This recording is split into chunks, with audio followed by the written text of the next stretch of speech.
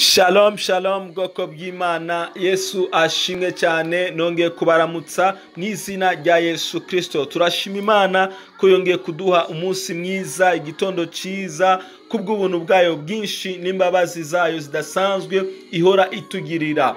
Twisanga twabyutse turi amahoro, cyangwa se twamaze umunsi wose turi amahoro.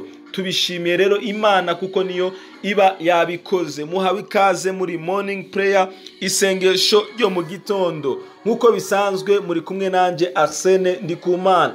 Dukomeje kwiga ijambo ry'Imana muri iki cyumweru, ubwo turi gusengera ubuzima bwacu kugira ngo Imana itubohore, Imana idukureho intege nke, Imana idukureho ibyaha byakomeje kuboha ubuzima bwacu. Rero hamwe no gusenga, twizera ko Imana iyo tuyisenze, iyo tuyinginze, iratubohora, ikadukiza, ikatuvana mu mwijima wa Satani. Haleluya! Ikatumurikisha umucyo w'ijambo ryayo, tukabohoka, tukakira ubuzima bwo gutsinda no kunesha ibyaha. Ibinanira abandi, bitsinda abandi, tukabitsinda, tukabinesha, kubera ko twahamagaye Imana ikabana natwe kandi ikadushoboza. Rero niba uri kuratwumva muri kano kanya, ukaba ufite icyaha cyangwa se intege nke, cyangwa se hari ubuzima ubona butari ko bugenda neza, hari imigenderanire myiza idahari hagati yawe n'Imana, wifuza kongera kubaka, wifuza kandi kongera gusana, iki gitondo ndagusaba ngo aya mahirwe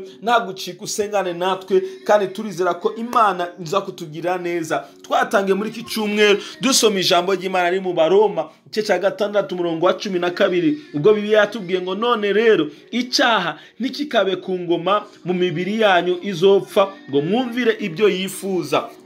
Twavuze ibintu byinshi bitandukanye kugira ngo by'ukuri bashe kudufasha kumenya ko tudakwiriye kubaho mu buzima bw'ibyaha, kubera ko icyaha kidutandukanya n'Imana. Kandi iyi mibiri izopfa, iyi mibiri izobora, ariko umwuka wacu uzabana n'Imana iteka ryose. Rero tugomba gukora ibintu bituma tunezereza Imana, dushimisha Imana, kugira ngo tuzobane n'Imana ibihe byose. Imana rero ibohore ubuzima bwacu. Mu kanya tugiye kwinjira mu mwanya wo gusenga, ariko reka dusome na kino cyanditswe mu gitabo cy'Abaroma igice 8, duhere ku murongo w'9. Bibiliya avuga ngo ariko mweho ntimuganzwa n'akameremere k'umubiri, ariko muganzwa n'impwemu. Bisanzwe mpwemu w'Imana aba muri mwebwe, ariko iyo umuntu adafise mpwemu wa Kristo ntaba ari uwe.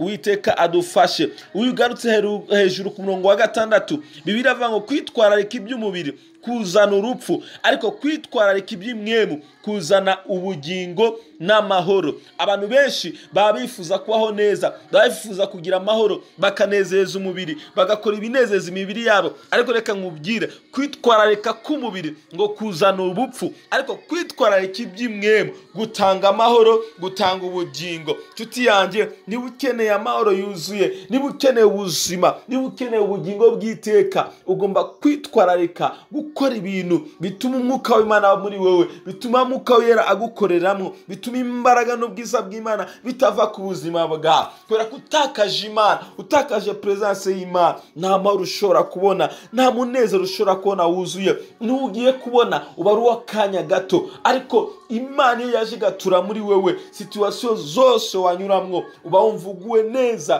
kubera ko ubugoswe n'ingabo z'Imana, n'ingabo z'ijuru n'abamarayika, umunezero w'Imana ugatema muri wewe.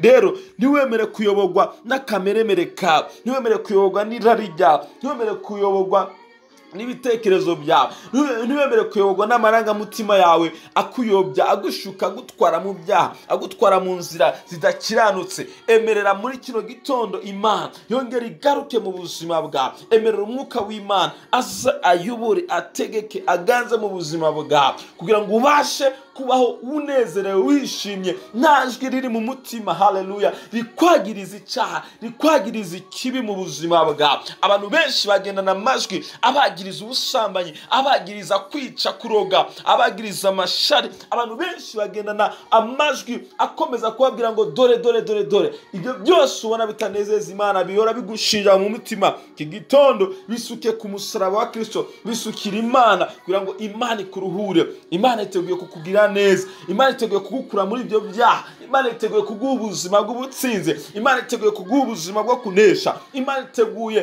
kuguhindurira amateka, ikakuvana hahandi abantu bagushije, hahandi abantu bagukasije kubera ibyaha n'ibiki byose bitatunganye. Imana yifuza kukubohora mu izina rya Yesu Kristo. Reka dusenge muri kano kanya. Data, mu izina rya Yesu Kristo, ndasengera umuntu wese ariko aranyumva muri kano kanya, reka imbaraga zawe zimubohore, reka imbaraga zawe zimusange, Mpwemu Yera, Mwuka Wera mugote, amufate, amubohore, amubature, amukure mu buzima bw'ibyaha no gutsindwa no kuneshwa mu izina rya Yesu Kristo. Reka imbaraga zawe mwakorere mu buzima bwacu, uduhe kunesha ibyaha, duhe kunesha Satani, duhe kunesha abazimu, duhe kunesha intambara zose duhura nazo mu izina rya Yesu Kristo. Turakira imbaraga zawe, turakira ubushobozi bwawe, turakira intsinzi yawe, turakiriye kunesha mu izina rya Yesu Kristo. Amen. Haleluya. Uwiteka abagirire neza, musangiza abandi ubutumwa bwiza nabo bahabwa umugisha. Mwarahezagiwe. Shalom.